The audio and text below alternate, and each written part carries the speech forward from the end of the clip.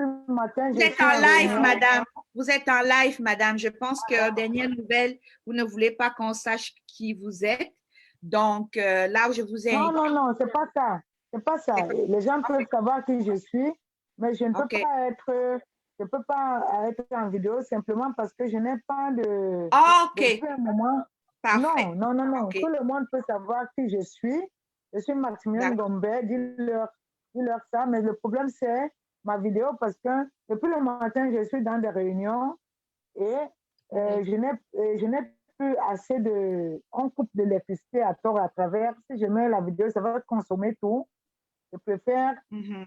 être en audio, mais qu'on sache qui je suis, ce n'est pas un problème. Je suis ce que je suis. Je ne me cache jamais. Je n'ai pas l'intention de me cacher. C'est la vidéo que je ne peux pas pour des raisons techniques d'énergie au Cameroun. Ça n'a rien à voir. Excellent, merci pour cette précision. Donc, vu que c'est le cas, je vais trouver une alternative pour qu'on puisse, au lieu juste de vous avoir en noir comme c'est là avec votre nom, je vais trouver une alternative pendant le direct pour que les gens puissent vous voir, même en photo. Alors, merci pour... Voilà. Donc, vous pouvez mettre voilà. la photo, des photos qui défilent de moi pour qu'on sache que c'est moi. Mais pour des raisons techniques, je ne peux pas Ah, être en vidéo, mais je ne me cache pas. Vraiment. excellent. D'accord. On va sortir votre bibliographie tantôt et c'est ça qui va être affiché à l'écran au moment où vous allez parler. Alors, comme vous avez pu le constater, chers abonnés, une fois de plus, bonjour.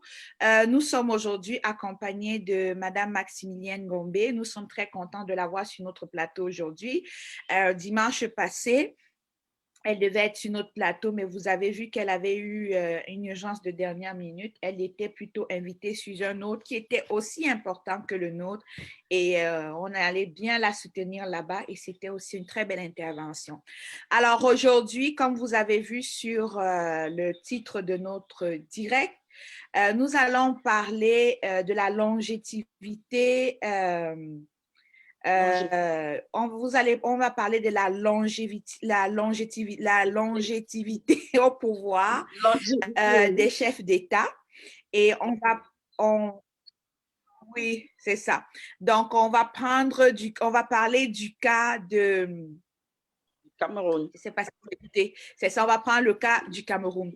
Donc, avant de relancer tout le monde dans le débat, je vais tout simplement faire une petite mise en contexte pour lancer le débat. Je vais partager aux abonnés ici un article que si vous voulez bien, on peut partager avec vous sur le classement, ça c'est sur Cameroun Web, donc ceux qui y vont, sans faire leur publicité. On apprécie quand même aussi le bon travail qu'ils font. Donc, ils ont publié le 12 avril le classement Euronews des chefs d'État ils les appellent les chefs d'État Duracell. Donc, Paul Biya parmi les présidents Duracell du monde. Donc, Euronews s'est intéressé un peu à l'Afrique pour identifier les présidents Duracell. Nous avons ici rapidement, si vous voulez, on va partager tantôt le lien de ce document et vous pourrez aller consulter vous-même. Mais nous allons regarder ça rapidement. Nous avons ici en Guinée équatoriale, on ne vous apprend rien, Obiangema.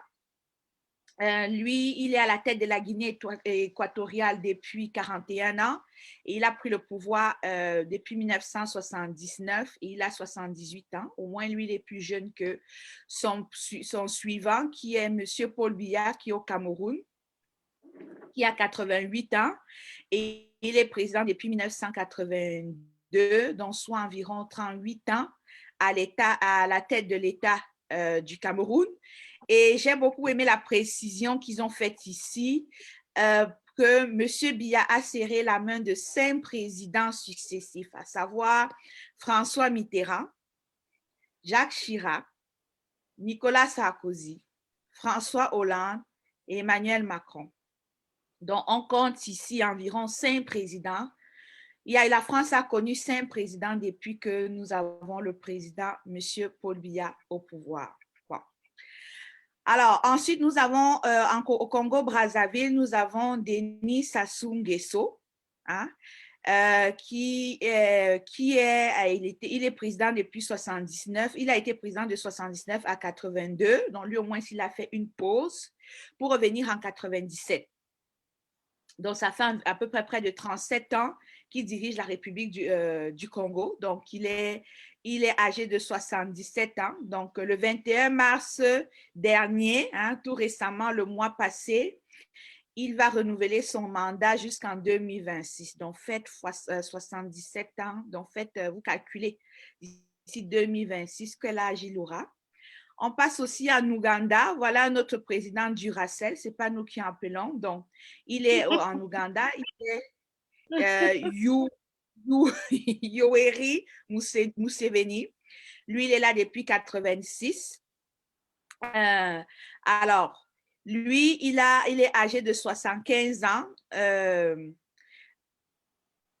Donc, là, en fait, ce qui est là, c'est que ce qui est important de remarquer ici, c'est que la limite d'âge en Ouganda pour être président est de 75 ans, mais ce monsieur est âgé de 76 ans. Donc, il assume derrière lui 35 ans de longévité à la tête de ce pays de l'Afrique de l'Ouest, puis tout est correct là. Hein? Donc, lui, il a 76 ans, mais l'âge limite, c'est 75 ans. Donc, c'est correct. On continue. Nous avons Idriss Déby, qui est là depuis 90 et ça fait 31 ans qu'il traîne. En août 2020, il a été relevé au rang de maréchal et le 11 avril dernier, il a brigué à son 6e mandat. Et on va terminer ici avec le Bélarus. Ça, c'est une exception hors Afrique. Hein. C'est hors de l'Afrique. Il est à la tête de l'État depuis 1994.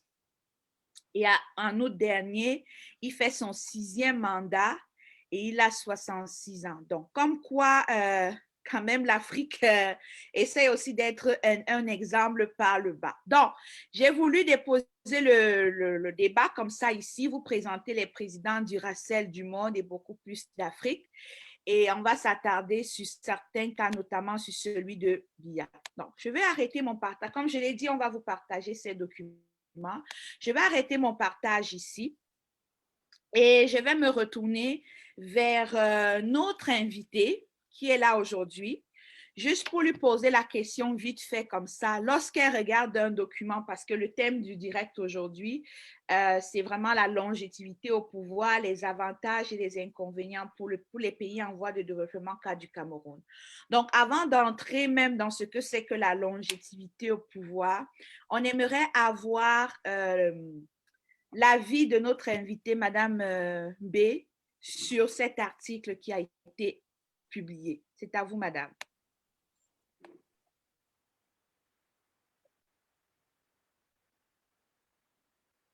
Allô? OK. Allô? Allô, Madame Allô? Maximilienne? Oui, vous m'entendez? Bon, là, on vous entend mieux. Je ne sais pas, est-ce que vous avez compris la question que j'ai posée? Non, non, non, non. Nous sommes, je ne fais que vous dire depuis, et je pense que tout le monde partage ce que je dis souvent, nous sommes en Afrique. L'Afrique a une particularité, c'est que ça coupe. On nous coupe quand on veut nous couper et on nous remet quand on remet. Donc, j'ai seulement entendu notre invitée, Madame Maximilienne, va dire quelque chose. Donc, je n'ai pas OK, entendu vous savez avant. que vous n'avez pas suivi la présentation des présidents du Non, Duracell. du tout. Alors que je suis bien connectée et c'est moi qui ai donné mon accord et que je n'ai pas un problème et je n'ai rien suivi. OK, c'est pas grave. On va se rattraper autrement. Qu'est-ce que vous pensez? Parce que je vais juste rapidement, l'article que je partageais rapidement sur l'écran, je présentais les différents chefs d'État qui sont restés là depuis des lustres. Je veux juste savoir qu'est-ce que vous pensez des présidents Duracell comme appelle Euronews? Euronews a présenté, je ne sais pas si vous êtes au moins à mesure de voir mon écran ici. Euronews a présenté une liste de présidents Duracell, donc des gens comme les Obiangema, Sassou Nguesso qui est revenu le mois passé à 77 ans. On a Museveni qui est en Ouganda, qui a 76 ans et l'âge limite c'est 75 ans. On a Idriss Déby la semaine passée qui brigue pour son 6e mandat. Qu'est-ce que vous pensez de cet article de Euronews sur le président Duracell? Est-ce que là, vous m'avez compris maintenant? Oui, ce que je voulais dire, c'est que Euronews emprunte ce que nous disons depuis, et vous le savez depuis quand même. Je suis passée dans vos antennes et je vous ai parlé, n'est-ce pas, de la longévité, parce qu'il parle de Duracell, non pas de la longévité, c'est deux choses différentes. La longévité des chefs d'État, surtout de l'Afrique centrale, n'est-ce pas, au pouvoir.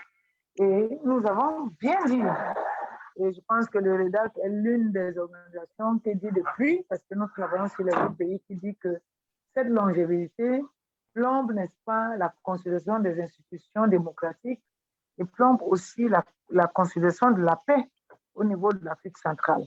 Ça, c'est clair que Euronews, ce n'est pas une innovation, c'est plutôt Euronews qui vient confirmer ce que nous disons depuis. Donc, nous sommes en accord avec cet article parce que, heureusement, qu'ils nous reprennent et que c'est ça qui démontre que nous sommes dans le bon combat. Honnêtement, pour avoir été dans des combats sur le terrain, l'Afrique centrale aujourd'hui souffre, n'est-ce pas, de ces longévités, de ces présidents-là. Parce que vous savez, ce n'est pas une question de stigmatisation, c'est une question factuelle et de logique. Vous ne pouvez pas faire 40 ans en tant que chef de famille et penser que les autres ne peuvent pas avoir des frustrations. Parce que de toute façon, l'usure de pouvoir, lorsque vous devenez, n'est-ce pas, omnipotent, omniscient, et que tout doit passer par vous, vous êtes un demi-dieu, et qu'on ne peut plus rien dire sans qu'on n'évoque votre nom, vous êtes sûr, et tout le monde peut l'apercevoir, qu'il n'y a plus, n'est-ce pas, de modèle de société. Tout le monde va parler au nom de demi-dieu, comme les chrétiens que nous sommes, qui ne parlent qu'au nom de Dieu. Sauf que Dieu, il est omnipotent, il est omniprésent et personne ne le voit. Nous, on voit quand même ces gens-là, ils sont encore là. Et donc, c'est un problème structurel, organisationnel, et même un problème, n'est-ce pas, de bien-être. Parce que c'est des gens, comme ils ont construit autour d'eux une certaine... ils ont construit une certaine image, ils ne savent même plus ce que le peuple veut, et chacun, par la roublardise et par, n'est-ce pas, l'opportunisme, leur raconte ce qu'ils veulent. Ils veulent entendre. Parce que si vous dites que le président est bon, vous avez, n'est-ce pas, vous pouvez avoir tout ce que vous voulez. Il suffit de dire que le président n'a pas fait tout ce qu'il fallait faire parce que voilà son mandat pour devenir quelqu'un à battre. Donc voilà la situation dans laquelle nous sommes au niveau, n'est-ce pas, de l'Afrique centrale. Et on ajoute à cela, n'est-ce pas, la classe politique la classe intellectuelle qui n'arrive pas à se mettre au-dessus de tout ça, à reconstruire quelque chose d'innovant. Parce que c'est ça la question. À partir du moment où vous êtes en face de ces gens-là qui sont omnipotents, omniscients et omniprésents, qu'est-ce que vous construisez, n'est-ce pas, comme une offre innovante. Et c'est là qu'il y a un revenu, n'est-ce pas, nous sommes à la défensive tout le temps au lieu d'être à l'offensive. L'offensive, ça veut dire qu'on prévoit. Ça veut dire qu'on sait très bien comment les gens vont fonctionner dans 5 mois ou dans 10 mois. Et nous, on dit, comment ils vont faire comme ça? Voilà ce que nous voulons faire. On résiste. On prévoit et on résiste. Alors, depuis un moment, en Afrique centrale, on ne prévoit plus rien. On est sur la défensive. C'est quand ces régimes-là tapent que nous devons, n'est-ce pas, répondre et riposter. Et en même temps, nous n'avons pas, on n'a n'avons pas un plan stratégique de riposte. Comment on riposte? La riposte n'est pas seulement, comment on appelle ça, communicationnelle et autres. Il y a des ripostes aussi. Ça peut être même le silence. C'est-à-dire que nous devons construire une stratégie de riposte avec une stratégie avant-gardiste, n'est-ce pas, de la prévention de ce qui va se passer. Ce n'est pas de la, de à l'offensive, mais ce n'est pas de la défensive, mais de l'offensive. Nous, parce que nous savons comment les pays dictatoriaux fonctionnent et c'est pour ça qu'ils continuent toujours à nous blâmer parce que comme ils savent comment nous réagissons, ils mettent leurs pions, ils ont de l'argent, ils ont l'armée, ils ont tout, ils ont les relations et nous n'avons rien construit, nous bavardons et voilà la réalité. Pour le moment, je peux m'arrêter là et je suis là, il n'y a pas de problème. Excellent, merci Madame Maximilienne pour votre intervention, merci. Et effectivement, j'ai noté au début de votre intervention la fierté du travail que nous accomplissons, dont il faut en être fier. Donc, Euronews ne peut pas, on peut dire Euronews a copié sur nous. Donc, ça veut dire qu'on est dans le bon combat. Alors, ainsi, maintenant, je vais me retourner vers Marie-Victoire avant d'entrer directement sur ce que c'est que la longévité. On aimerait aussi l'entendre lorsqu'elle a pris connaissance de cet article. Quel sentiment elle a eu? Quel sentiment j'ai eu quand on parle du Cameroun, ce n'est qu'un sentiment d'ego par rapport à cette longévité. Tout ce qu'on voit, ce sont des grabataires qui restent là, qui ne veulent pas partir, qui nous gouvernent depuis près de 40 ans. Qu'est-ce que tu veux que je te dise, Ida? C'est que du dégoût quand je vois ça. Quand je vois le Cameroun qui est revenu à 40 ans, plus de 40 ans en arrière, je ne peux qu'exprimer mon dégoût face à cette situation. Exactement. Le dégoût, l'image du Cameroun qui est encore une fois de plus très mal présentée, mais qui d'un autre côté, c'est un avantage pour nous les activistes. Hein. Ça démontre qu'on est du bon côté du combat et on fait des bons choix. Je me retourne vers Annie là. Comment tu réagis lorsque tu prends connaissance de ce document avec nous et après tout l'exposé de Madame B? Quel est ton sentiment, ton ressenti par rapport à tout ça? Merci de me passer encore la parole, Ida. Ce que je dois noter, c'est que je suis fière de constater que les journaux du monde comme Euronews, parce que je l'ai toujours décrié, ce qui se passe au Cameroun, les journaux n'en parlent pas. France 24, tout ça. Mais si c'est Euronews qui peut déjà montrer les présidents Duracell, ça veut dire que notre combat est en train de porter. Vous voyez un peu. Ça veut dire que notre combat est en train de porter. Bon, quant à ce qui est de cette longévité au pouvoir, c'est une longévité pourquoi? Pour ne rien faire, pour ne faire que du mal au peuple, pour son plaisir personnel et son clan. Vous voyez? Et là, nous sommes en train de décrier cette situation et je crois que le monde entier nous donne raison et nous allons continuer toujours dans ce combat. Nous ne lâcherons pas. Je suis contente que Maximilienne nous dise qu'il y a plusieurs manières de riposter et nous devons revoir aussi les stratégies, les manières d'adapter les stratégies de lutte, ne pas toujours être sur la défensive. Maintenant, il faut aussi passer à l'offensive. Voilà. Puisque Euronews, ce n'est pas n'importe qui. Donc, c'est le journal du monde. Et je sais que c'est des grands dirigeants qui tiennent ce journal. Alors, ça veut dire que nous avons le droit de passer à l'offensive et d'organiser une autre forme de combat.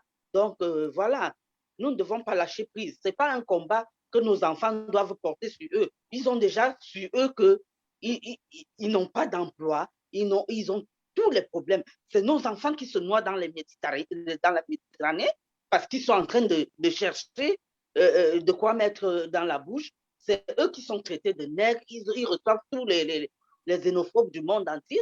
Donc, vraiment, nous ne pouvons pas lâcher prise. Merci. Excellent. Donc, là, je me retourne encore vers toi, Marie-Victoire. D'après toi, après tout ce qu'on vient de dire, c'est quoi la longévité au pouvoir? Justement, comme l'article a dit, Duracell, c'est la pile qui dure longtemps. C'est pas un problème d'âge, en fait. C'est pas un problème d'âge, c'est le fait de s'éterniser au pouvoir. C'est le fait qu'une nation puisse dépendre indéfiniment d'un seul homme. C'est ça, longévité au pouvoir, c'est s'éterniser au pouvoir. Et c'est le cas du Cameroun aujourd'hui avec Paul Biya, où la plupart des hauts postes des dirigeants sont accaparés par des gérontes. Donc voilà pour moi ce que c'est que rester longtemps au pouvoir.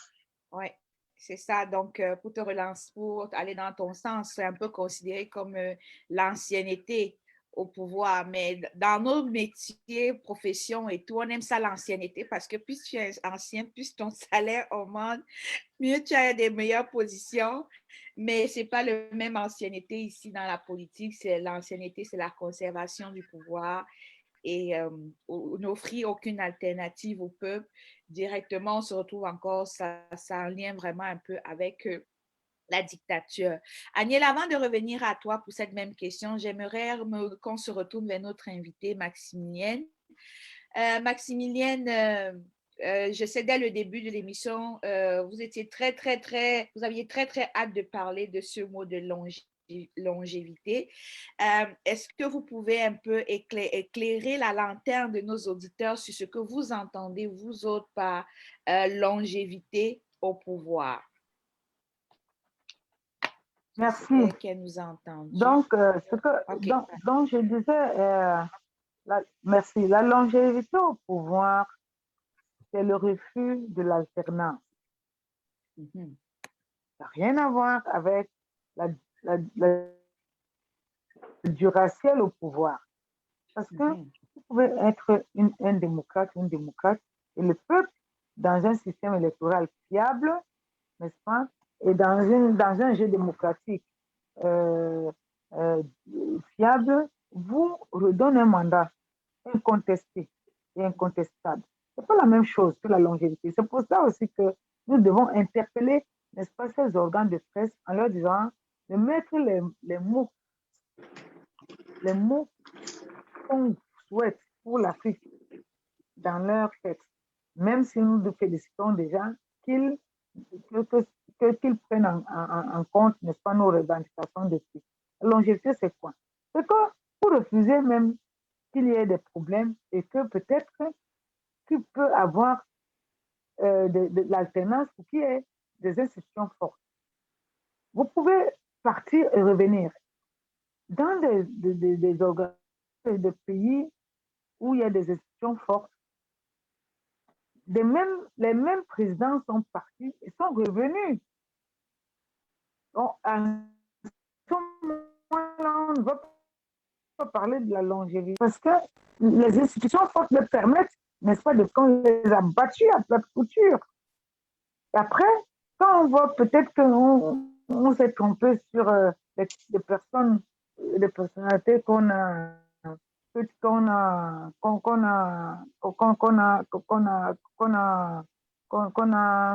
élus, on les fait revenir, mais pas des élections crédibles, transparentes, honnêtes.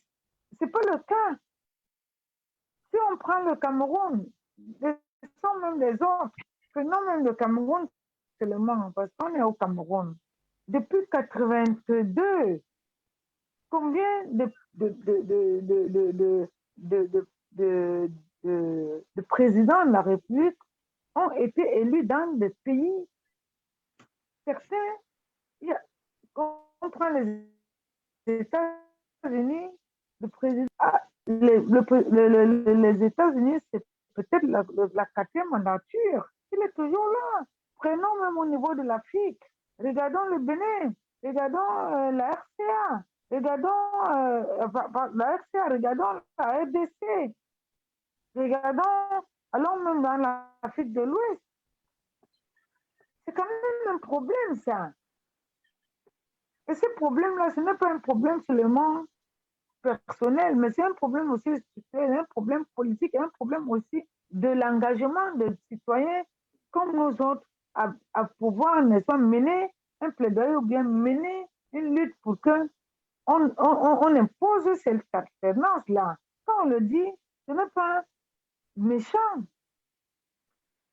Nous tous qui avions 50 ans là, bientôt, et d'autres moins, qui peut me dire qu'il a vu, qu'il a déjà rencontré le président ou bien même vu en route, 40 ans. Alors que dans d'autres pays, ils vont vous dire, ça fait notre quatrième président. Et nous avons vécu ceci. Il y a quand même des réformes là. On n'a aucune réforme vraiment profonde au Cameroun. On a des réformes saupoudrées, c'est-à-dire on fait du saupoudrage pour enfumer ceux qui veulent y croire. Mais la masse de la population ne voit rien. Au point où, aujourd'hui, vous tous, vous le savez, les élections sont devenues une histoire de... On décide là-bas que, bon, vous allez avoir 2 députés, on vous les donne, et les députés viennent vous narguer, et tout le monde le voit, comment on nous insulte, comme si être député, c'est un concours. Si nous tous, on aurait voulu être député ou même sénateur, sénatrice et autres, ou même ministre, il suffisait qu'on donne notre accord. Mais ça devient aujourd'hui comme un modèle. C'est-à-dire les gens à qui on distribue un petit poste pour leur dire, bon, prends 1 million par mois, vis ta vie et tais-toi. Ça devient un modèle. Quand tu critiques un député, entre guillemets, ou alors tu dis à une députée que tu n'avais pas le droit de faire comme ça, mais tu deviens la cible à battre. Mais voilà. Donc, c'est ça qu'on appelle la longévité, pour nous la longévité. Mais dans cette longévité-là, il y a des responsabilités.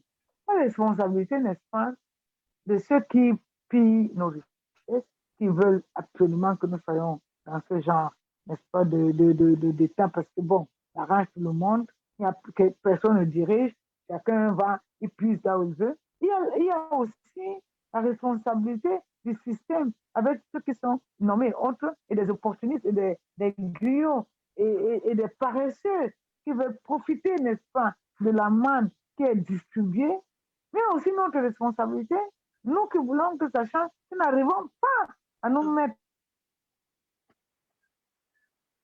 Et je vous ai déjà dit ça, un petit plat renversé.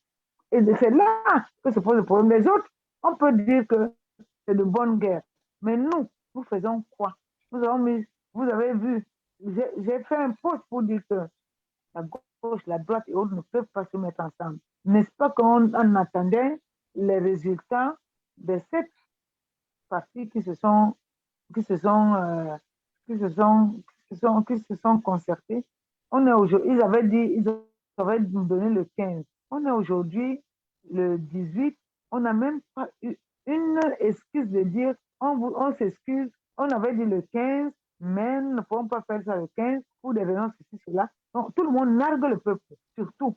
Mais nous, alors, nous qui voulons que le peuple soit avec nous, nous qui nous battons pour le peuple, nous faisons quoi pour que, quel que soit le bord, quelle que soit la part, que nous ayons pour que, voilà nous, ce que nous nous demandions. Voilà comment nous nous sommes organisés. Moi, c'est ça qui me...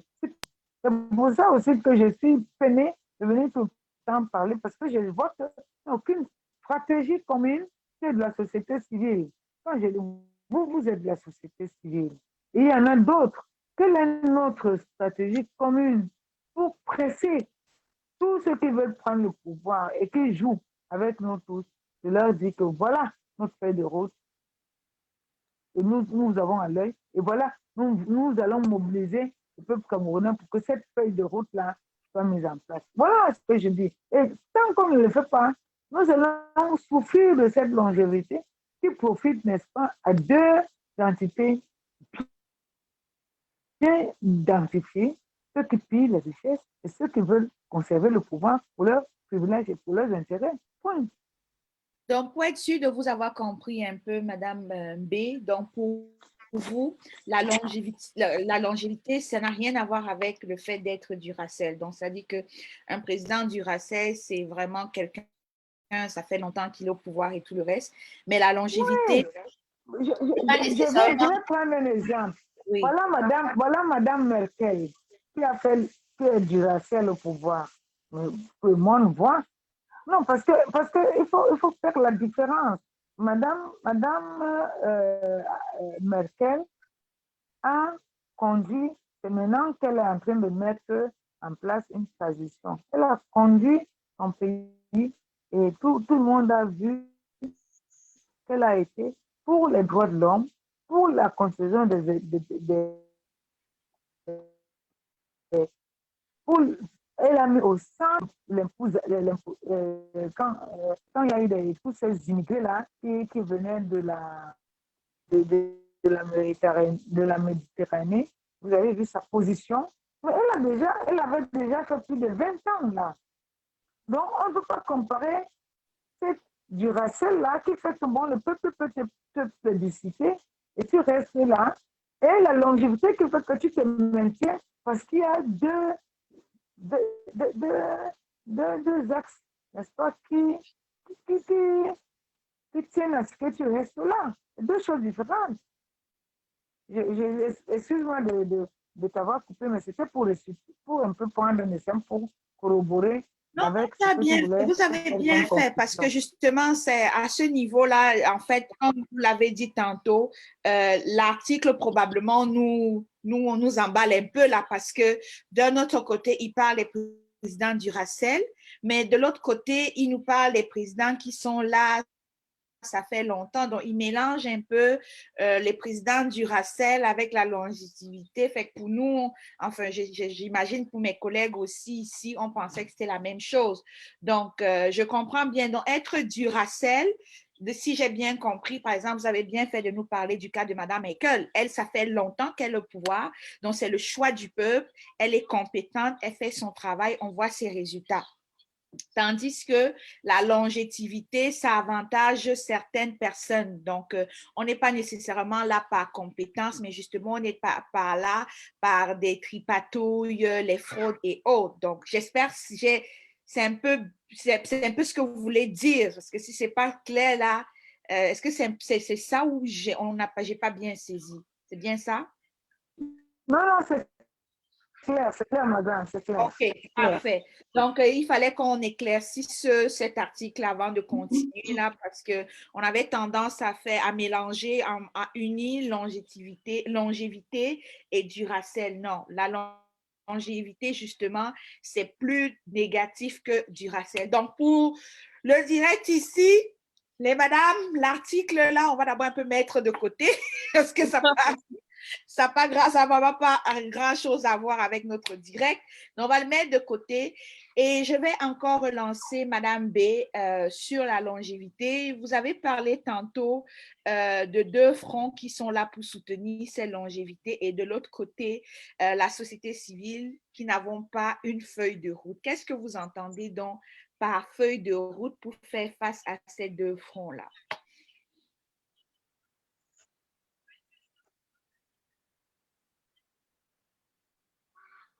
OK. Oui, est-ce que vous avez compris ma question? Oui, est-ce que vous avez compris ma question? Oui, mais on non, vous je n'ai pas entend. entendu. OK, je dis tantôt, OK, je non, je reviens. pense la question, c'est quoi? Parfait. Donc, on va travailler juste sur la longévité. Et puis, vous avez dit que la longévité, il y a deux fronts qui s'affrontent pour soutenir cette longévité-là et qu'en face, on a une société civile dont nous, on n'a pas tous ensemble une feuille de route commune. commune. Donc, ma question est de savoir quel genre de feuille de route, parce qu'il devrait certainement avoir une multitude, mais au moins il faut qu'on s'accorde dessus une pour avancer dans le même sens. Mais quels sont les différents canevas, quelles sont les différentes feuilles de route, ou bien quelle est la feuille de route qu'on devrait avoir pour pouvoir affronter ces deux fronts qui soutiennent cette longévité-là? Merci. D'abord, il faut d'abord être très clair que la société civile est multiforme. Quand je parle de la société civile ici, il faut que ce soit la société civile qui s'occupe des droits civils et politiques et de la protection des défenseurs et activistes journalistes et aussi de la consolidation des institutions démocratiques et de la paix et la sécurité humaine. Parce qu'il y a la société civile qui s'occupe seulement des droits économiques, les droits digitaux, les droits, chacun s'occupe des droits comme il pense. Mais ça, on laisse les fondamentaux, parce que ces droits dont je parle là, s'ils ne sont pas mis en place, le reste, c'est le saupoudrage. Vous n'allez pas vous occuper du digital pour divertir les gens, alors que les droits civils et politiques, c'est-à-dire que les libertés fondamentales ne sont pas la liberté d'expression, manifestation, de circuler. Donc,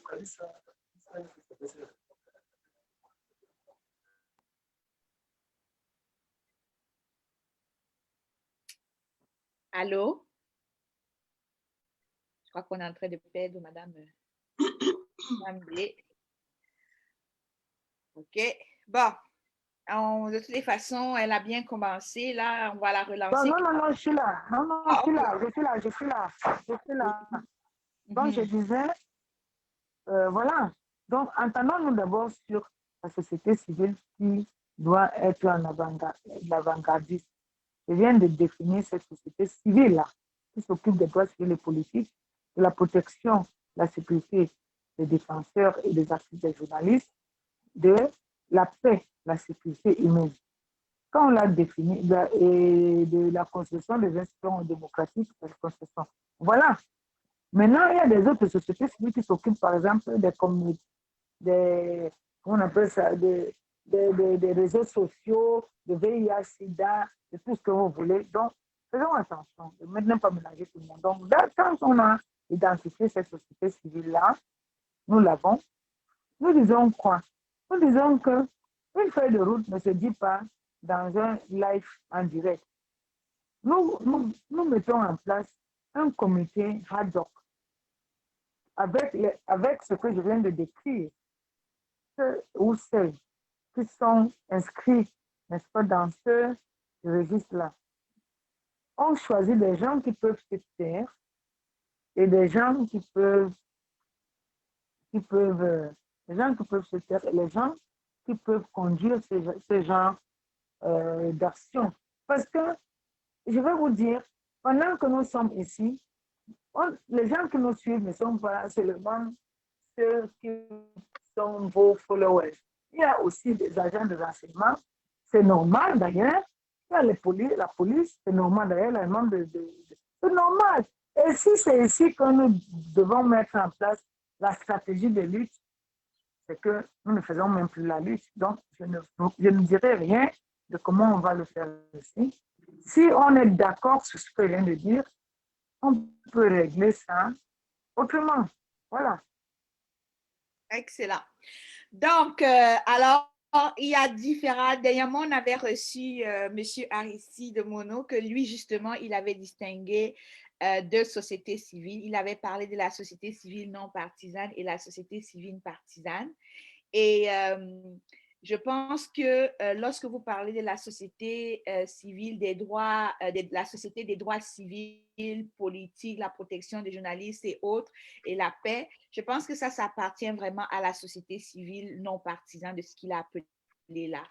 Et je pense que, merci, au moins, je comprends qu'on ne dévoile pas les stratégies dans un direct, mais au moins, on retient, c'est la deuxième fois que vous mentionnez ce mot-là sur notre plateau comités.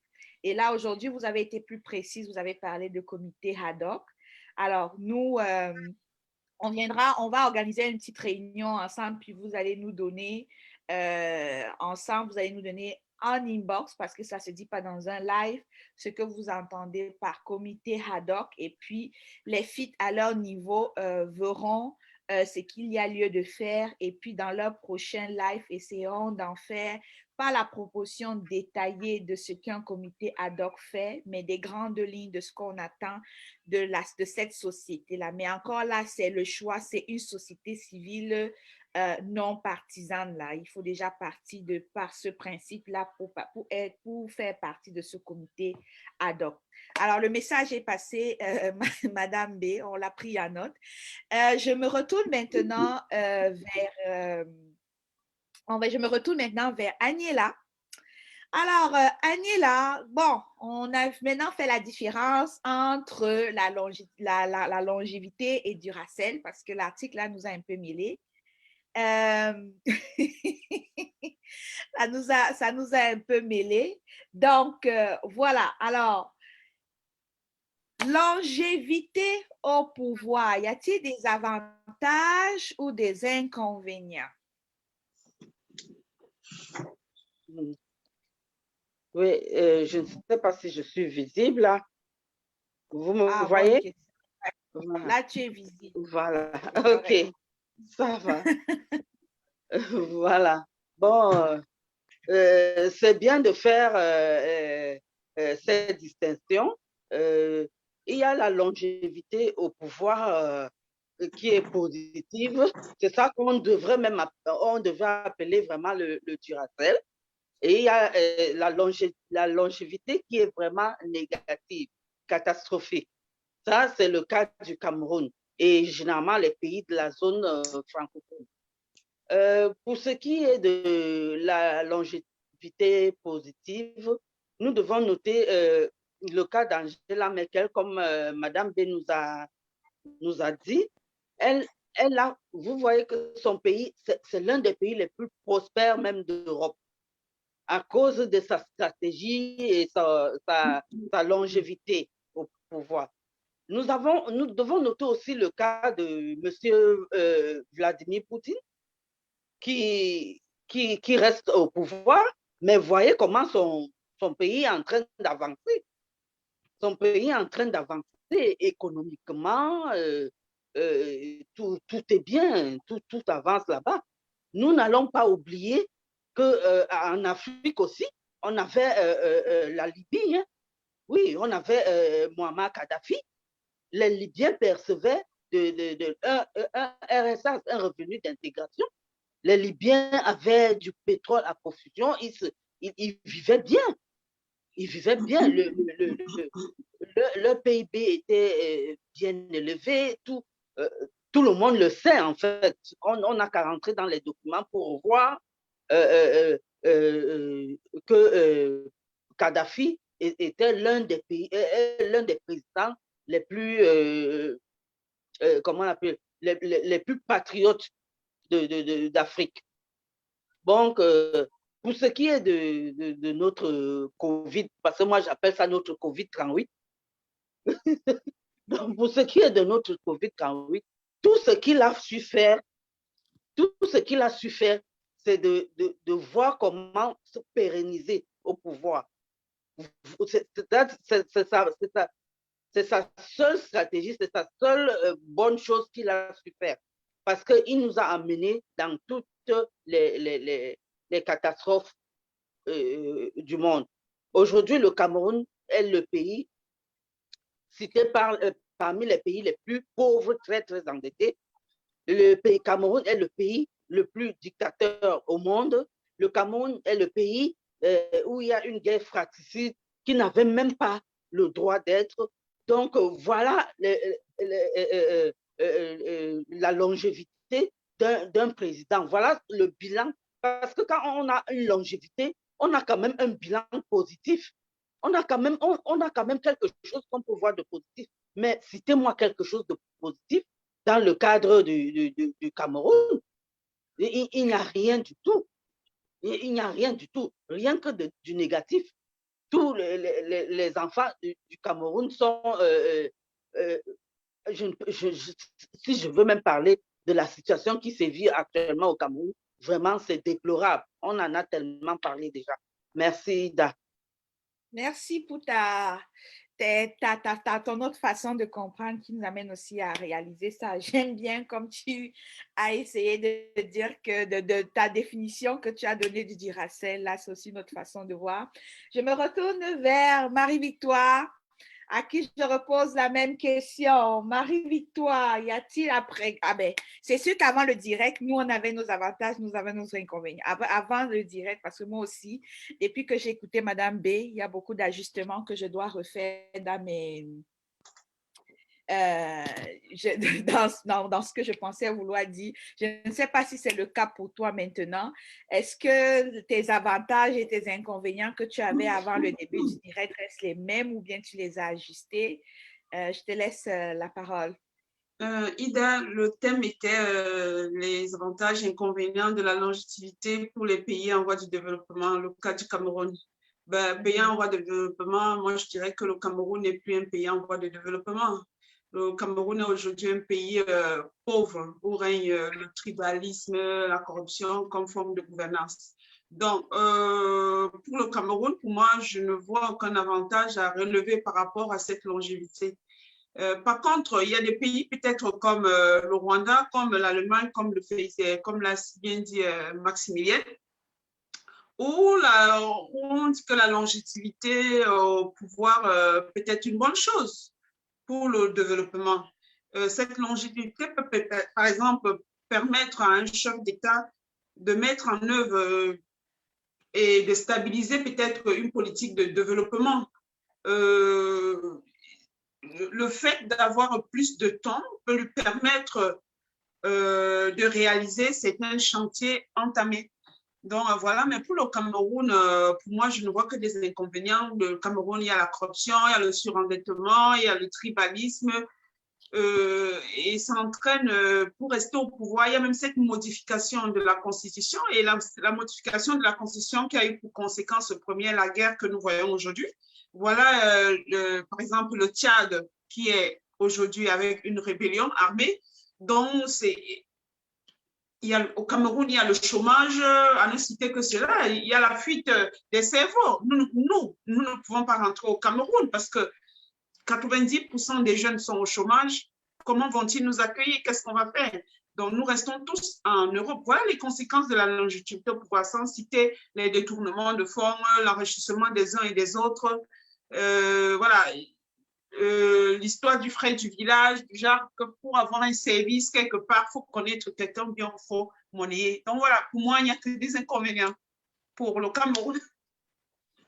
Excellent. Parfait. Alors, je me retourne alors encore vers notre invitée, Madame Maximilienne. Je sais que tantôt, vous nous avez proposé un comité ad hoc, de mettre sur pied un comité ad hoc. Alors, qu'est-ce que, de façon générale, les gens qui nous ont écoutés dans ce direct ici, qu'est-ce que vous nous suggérez? Parce que, comment je peux dire ça? Qu'est-ce que vous suggérez aujourd'hui à la diaspora? Parce qu'il faut qu'on parle, on s'adresse, parce qu'on s'entend qu'il y a une bonne partie de la diaspora qui nous regarde. Le comité ad hoc, ça ne se parle pas ici dans un live. Mais qu'est-ce qu'on peut dire? Comment on peut sensibiliser ces gens de la diaspora et aussi même ces gens de 237, parce qu'il y en a une bonne partie aussi qui nous regarderont plus tard. Quel est le message que vous pouvez leur passer pour qu'ils réalisent les enjeux et les défis de cette longévité-là? Non, je voulais d'abord dire qu'il faut qu'on fasse attention. Vous qui êtes des grandes combattantes, vous devez faire la différence entre tout. Poutine n'est pas un exemple de la démocratie ni des droits de l'homme. Hein. Comment on l'appelle, Kadhafi, moi, je suis allée à Libye parce que c'était mon boulot aussi. C'était pas non plus des exemples de démocratie et de droits de l'homme. Donc, soit nous disons que nous voulons les dictatures à condition que mange tais-toi, ou alors nous disons qu'il faudrait que tout le monde ait la chance, n'est-ce pas, de participer à la gestion de l'affaire publique. Parce qu'il y a deux choses là. Nous pouvons dire, OK, Ngombe Maximien, si on vous appelle demain pour devenir sénatrice, acceptez et taisez-vous. Comme on voit bien comment ça se passe là, avec les députés, proposants et tout ce que vous voulez. Ou alors on dit, nous pouvons manger à notre faim parce que nous travaillons à la sueur de notre front. Et ce que nous voulons, c'est que les autres aussi aient les mêmes capacités, n'est-ce pas, d'avoir la même chance de manger à leur faim, de se soigner, d'aller à l'école. C'est deux choses différentes. C'est deux choses différentes. Ce n'est pas parce que on réprime des gens quand on est dans la démocratie. Donc, ce ne sont pas les bons exemples. Ça ne veut pas dire que nous cautionnons ce qui s'est passé par exemple en Libye. Nous ne sommes pas contents de la façon dont ils ont réglé le problème libyen. Mais nous ne pouvons pas dire que c'est parce que nous ne sommes pas d'accord de la façon dont on a réglé le problème libyen. Ça veut dire que nous étions d'accord avec Kadhafi. C'est deux choses différentes. Si aujourd'hui, la communauté internationale, sans le Cameroun, parce que je vous ai toujours dit que la communauté internationale, le Cameroun, fait partie de la communauté internationale. Mais si on veut régler le problème de la communauté du Cameroun aujourd'hui, certains peuvent mettre le Cameroun à l'écart. S'ils viennent, ils règlent notre problème sans prendre en compte les aspirations du peuple. Même si Biya a été un dictateur, ça ne peut pas régler nos problèmes. Ça ne peut pas régler nos problèmes. C'est ça, c'est une nuance importante à régler. Si les gens viennent ici aujourd'hui régler nos problèmes sans prendre en compte les aspirations du peuple camerounais, en mettant un biabis comment on appelle ça, au truc, ils ne vont pas régler nos problèmes. Même s'ils construisent après des autoroutes, même s'ils construisent après, n'est-ce pas, des tramways.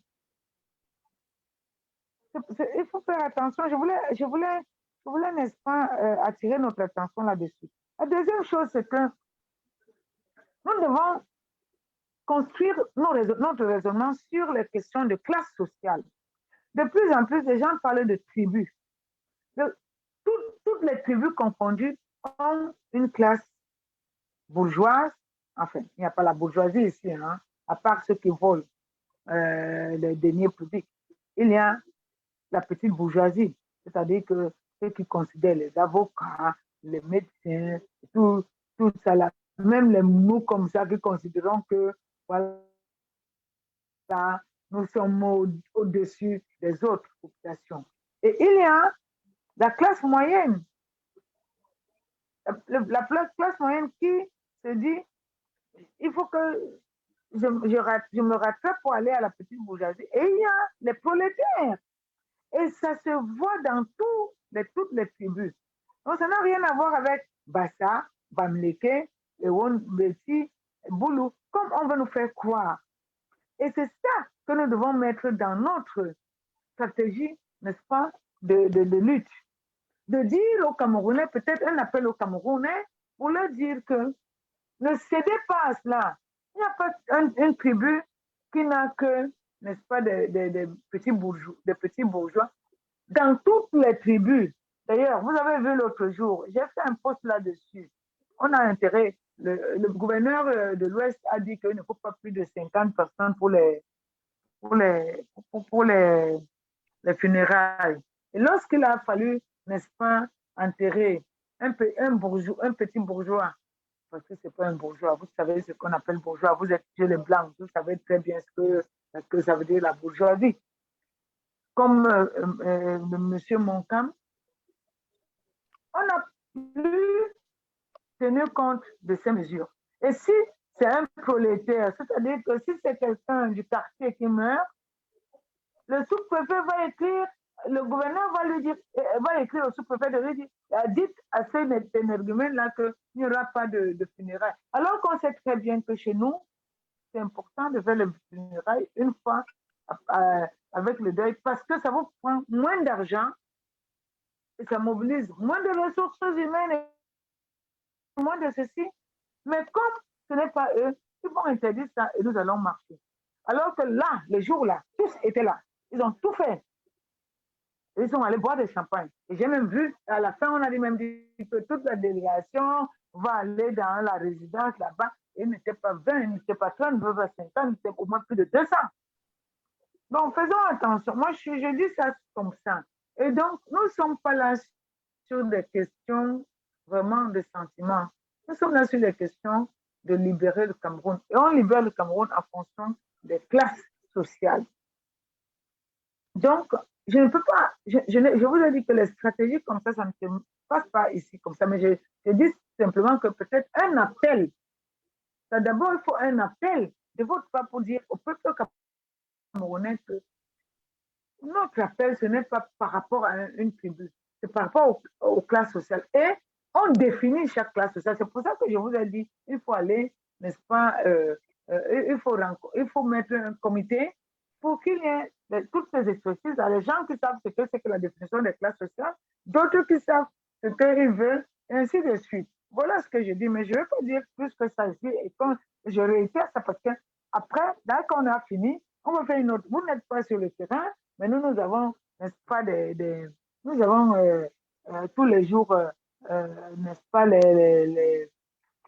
demain, je vais avoir quelqu'un qui va me dire, mais bon, hier, tu étais ici, mais c'est pas grave, je m'en fous. Comme j'ai dit, mettez mon nom, mais on ne peut pas discuter des stratégies, même des tactiques, sur un truc qui est, qui est public.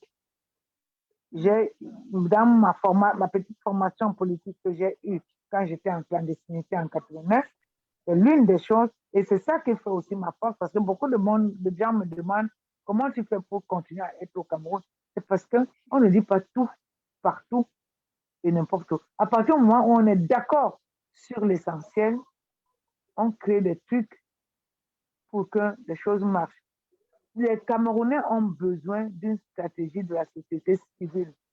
Je suis d'accord avec les propos de Mono, une société civile engagée. La société civile engagée est composée de plus de femmes comme vous et de jeunes filles qui va, n'est-ce pas, libérer le Cameroun.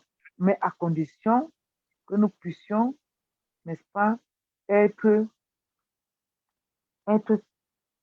clairs, précises, de petites choses bien faites qui ne vont pas dans le sens des tribus, de repli identitaire, mais dans le sens de démontrer la lutte sociale. Pourquoi les gens ne veulent pas que le Cameroun soit libéré? C'est parce qu'on aura, le bien-être sera pour tout le monde.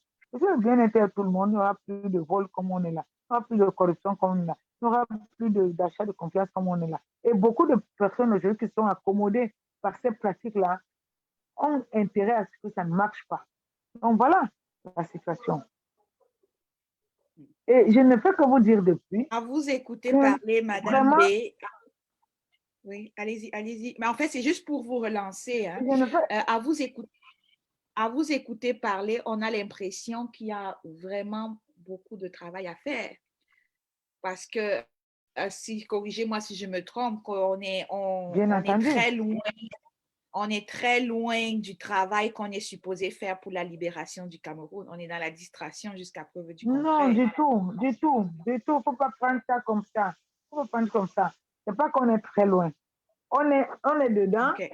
Mais on doit, comment on appelle ça? On doit à chaque fois ajuster. Non. Vraiment, okay. Bravo pour le travail. C'est rassurant.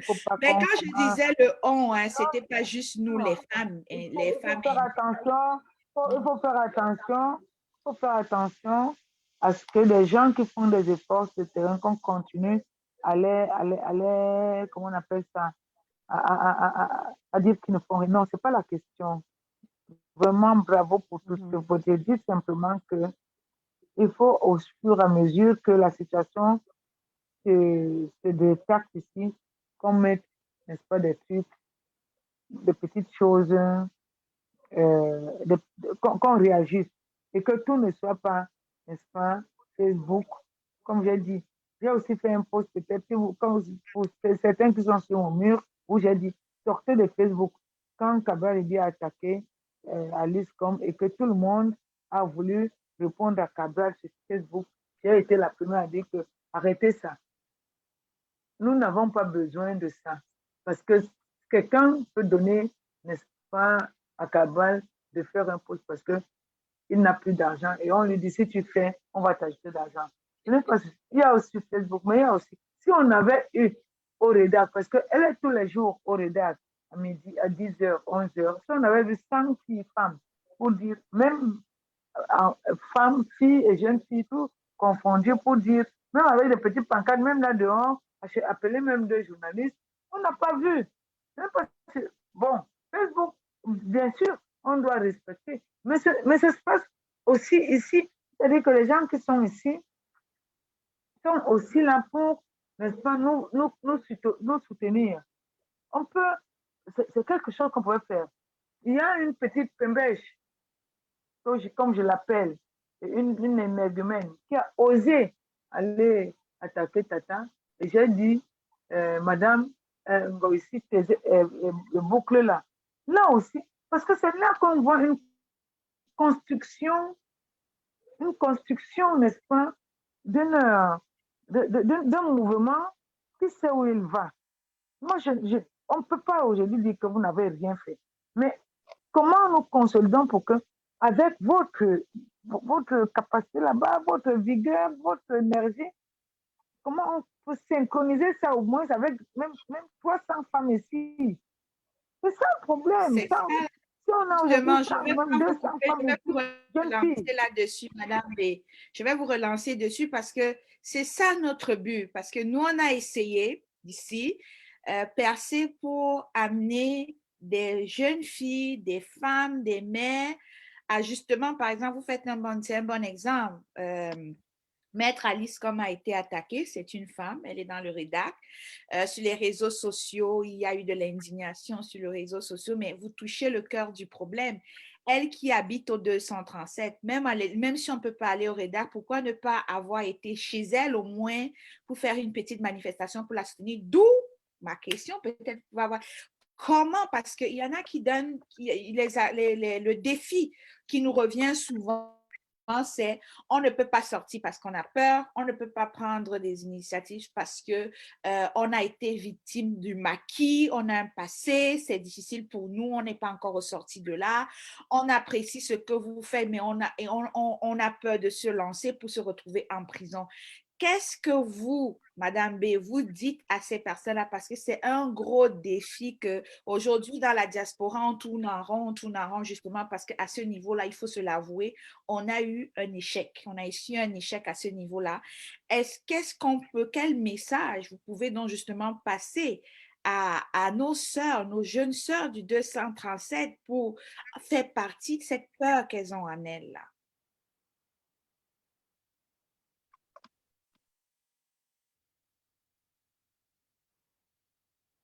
J'espère qu'elle m'a écoutée. Allô, Madame B, vous m'écoutez?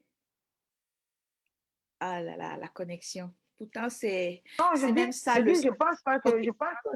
Oui, là vous m'écoutez. Oui, là, on vous écoute. Je ne pense pas qu'elles aient peur. Je pense pas, parce que qu'elles aient peur. Parce que le nombre de trucs que je reçois dans mon inbox après avoir dit, par exemple, à ici que taisez-vous, de ces jeunes filles qui me disent, maman, ce n'est que toi qui devais le dire. C'est incroyable. Sauf que je pense que ce que je ressens, c'est que c'est parce que ce n'est pas une organisation solide. Vous savez, les Camerounais aujourd'hui vivent une double peine. ce n'est pas que je veux vous mettre en difficulté, mais vous savez au moins que vous êtes dans des pays démocratiques. Tout à Et fait. dans les pays démocratiques, on ne peut pas venir t'enlever ton travail parce que tu as pris une position ou tu as émis une opinion. C'est ça. Vous le savez très bien. Vous tous qui parlez là, Bobby Tanab, chacun de vous a Nous sommes les filles, madame. Nous sommes les filles, femmes un indignées. occupement. Nous sommes les filles. Vous êtes chez les Oui. filles. Femmes Ok, indignées, Tanab. les filles, femmes indignées. Ok, les femmes indignées. Chacun de vous a une occupation normale.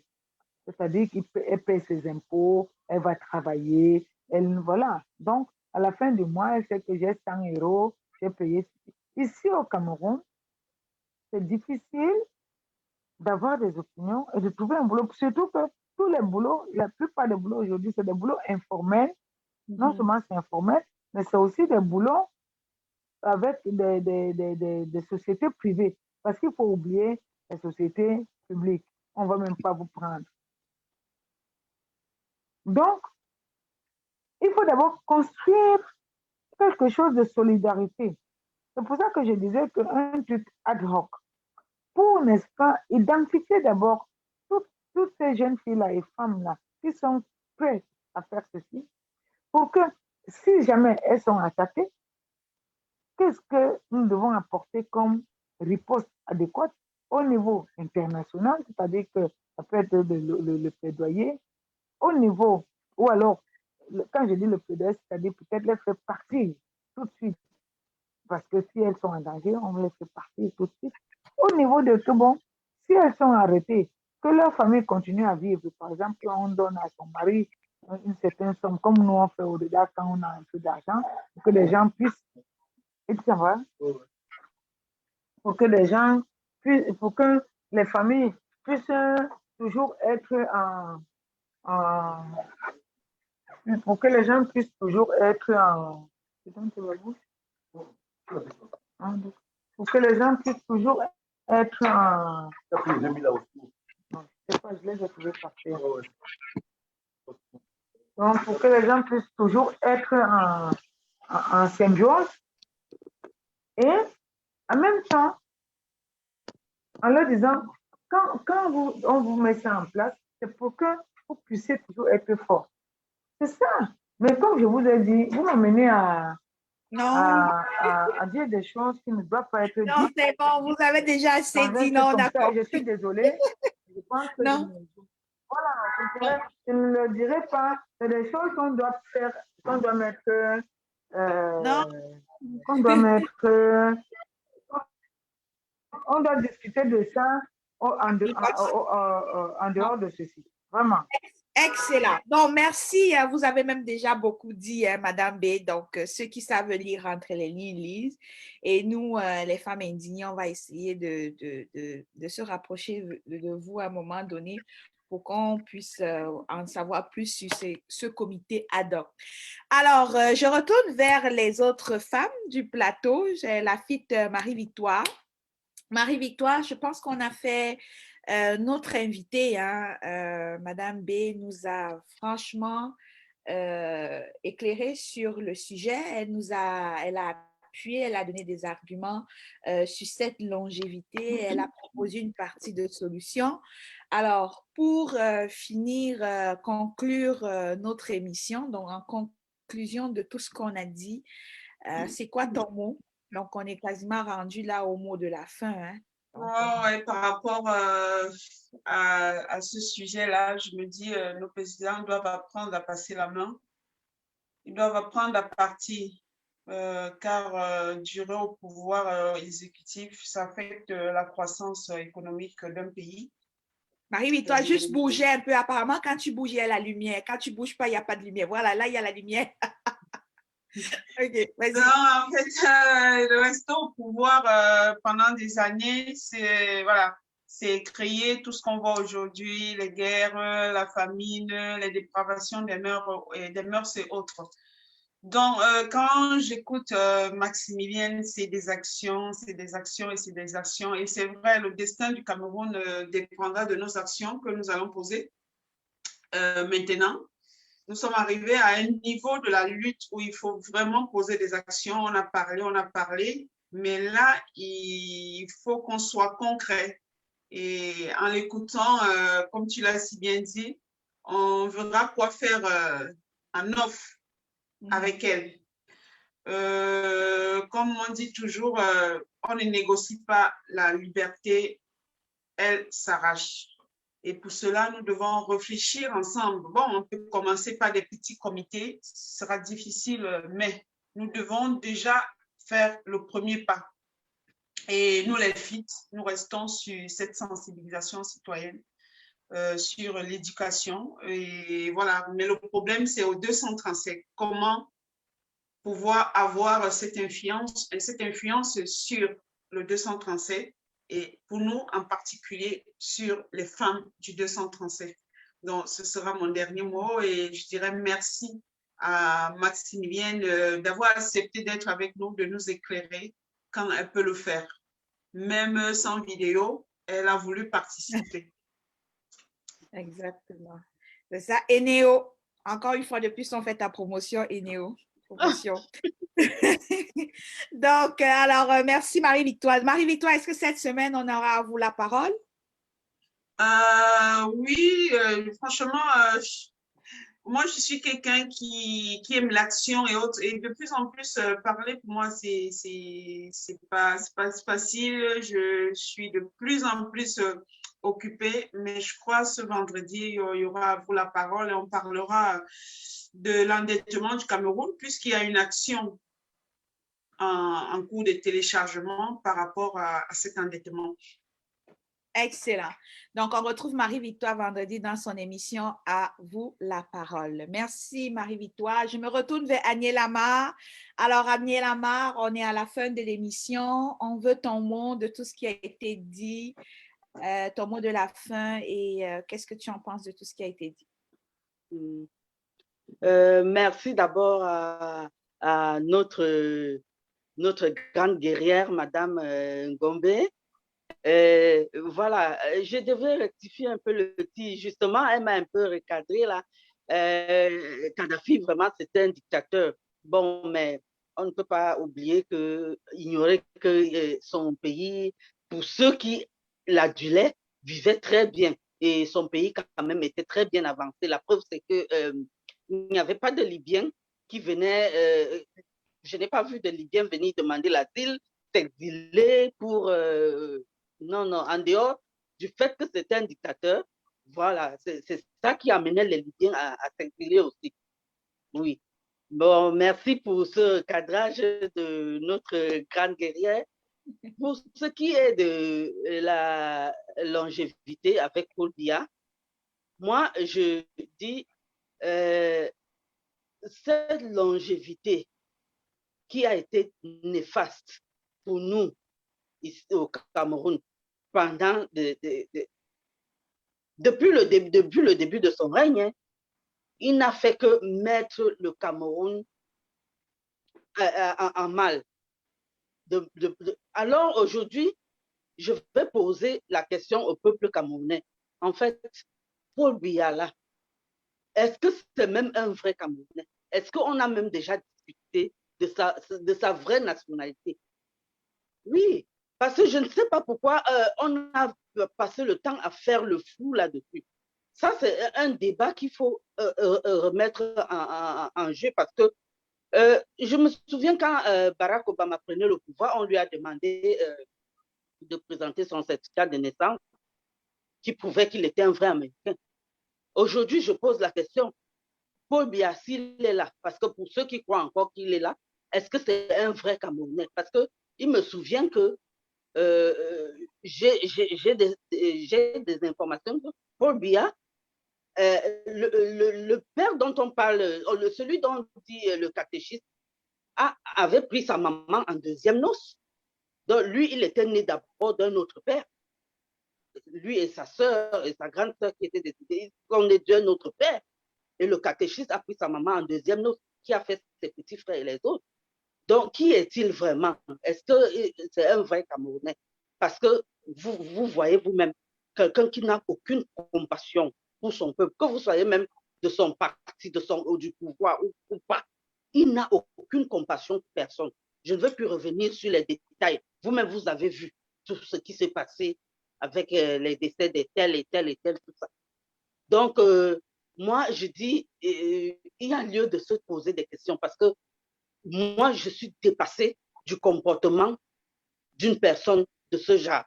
Abandonner le peuple camerounais à lui seul face à une pandémie qui est en train de sévir et continuer à combattre les peuples camerounais dans le nozo. À un moment, on se demande, mais en fait, est-ce que c'est un Camerounais qui est devant nous là?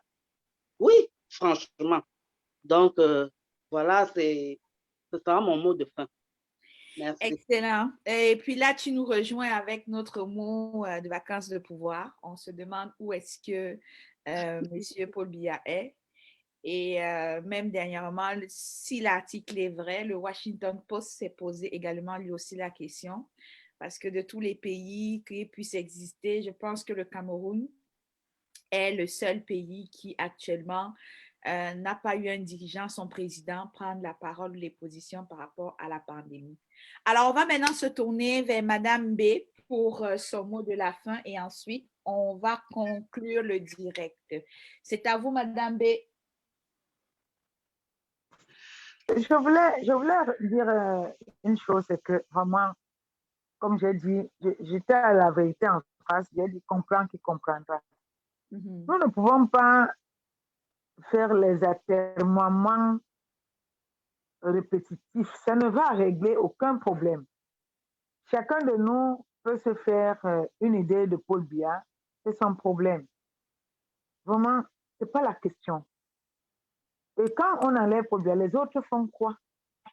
Quand tu prends les Atangandi, tous ces ministres, tous ces oublards-là et tous ces zozos et les griots-là. Non, je pense que le problème ne se pose plus, est-ce qu'il est camerounais, n'est pas camerounais, justement. Et c'est ça.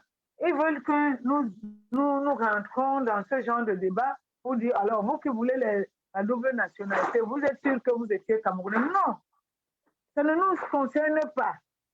Ce qui nous concerne, c'est que d'accord, chacun a fait sa vie, sa part, et nous disons et nous répétons que dans un pays normal, c'est inadmissible que le président ne prenne pas, on ne le voit que lorsqu'il doit faire les adieux.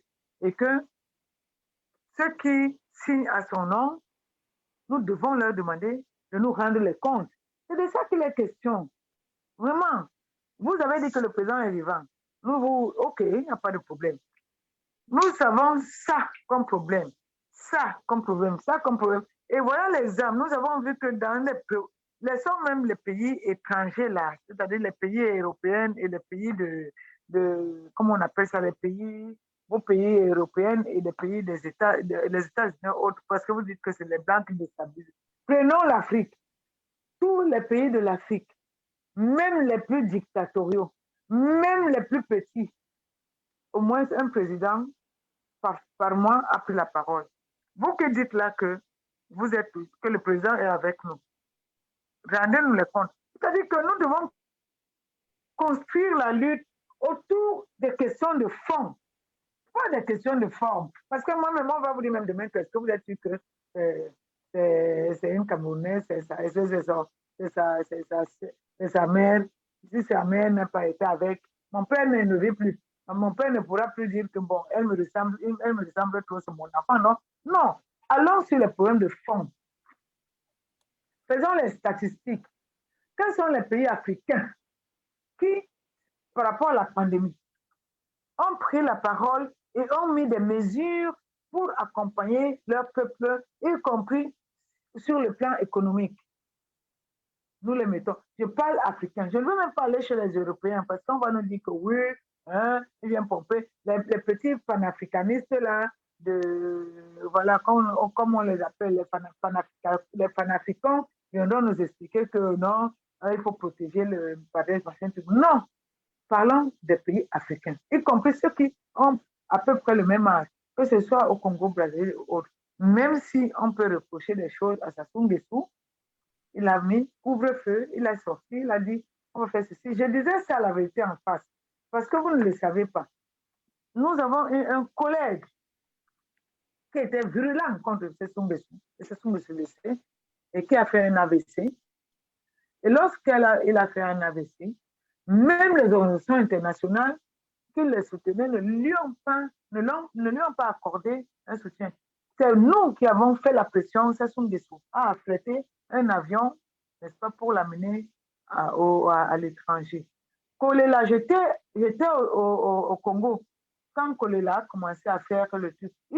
C'est lui qui a affrété. Donc, ce n'est pas ça. Le problème, c'est que comment ça se fait que le système BIA, c'est parce que si on prend BIA seul et on enlève tout ce système-là, nous sommes dans la merde. Comment le système BIA peut aller jusqu'à ce degré? Ce n'est pas une question être Camerounais, pas être Camerounais. Il faut les mettre dans leur responsabilité. Il faut, si nous voulons que les autres pays amis, les autres militants amis, parce qu'il faut la lutte comme ça, nous devons faire adhérer les militants amis, des pays amis, des institutions amies, pour qu'ils comprennent que nous sommes dans la vraie. On va leur dire, voilà, depuis avril 2020,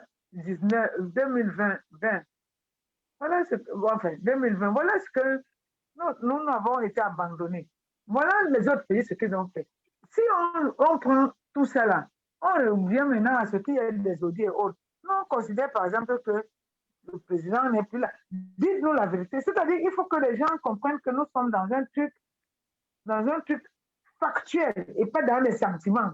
Factuel. Et c'est pour ça que je disais vraiment, quand on fait des trucs comme ça, où c'est partagé, ne venons pas essayer d'étaler notre stratégie parce que les gens vont se préparer à l'avance pour contrecarrer notre stratégie. Mais voilà, merci beaucoup. Et merci encore. De toute façon, je reste disponible chaque fois qu'on me dit avant. Dès que j'ai une minute, je serai avec vous. Ne vous en faites pas. Si je ne peux pas, c'est parce que je suis débordée.